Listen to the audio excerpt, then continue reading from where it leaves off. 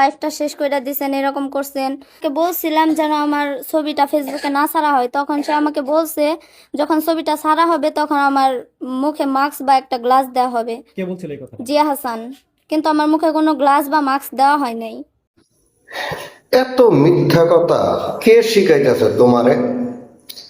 জিয়া তোমার লগে যখন প্রথম ভিডিও করে তোমারে বলছিল তুমি মাস্কটা পরো। এই যে ভিডিওটা তুমি দেখো, সবাই দেখেন ভিডিওটা।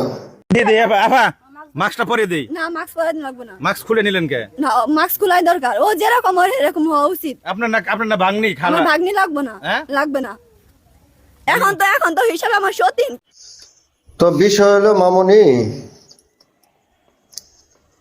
এই যে তোমারে যারা ভিডিও বানাইতেছে মিথ্যা কথা বলা মানে বলাইতেছে, এগুলা থেকে একটু বিরত থাকো। ভাইরাল তো তুমি এমনি হয়ে গেছো, 100 তো নেই, আর ভাইরাল হওয়ার চিন্তা ভাবনা করো না। আর যারা যারা শিখায় টিকায় তোমার ভিডিও বানাইতেছে তাদের ইনকাম হচ্ছে, তাদের লাভ হচ্ছে, তোমার বাণিজ্য যাইতেছে। আর বানাইও না, আর ইন্টারভিউ দিওই না। তোমার মারও কো, তোমার বাবারও কইব, ঠিক আছে? আর ভিডিওটা শেয়ার করে দিয়েন।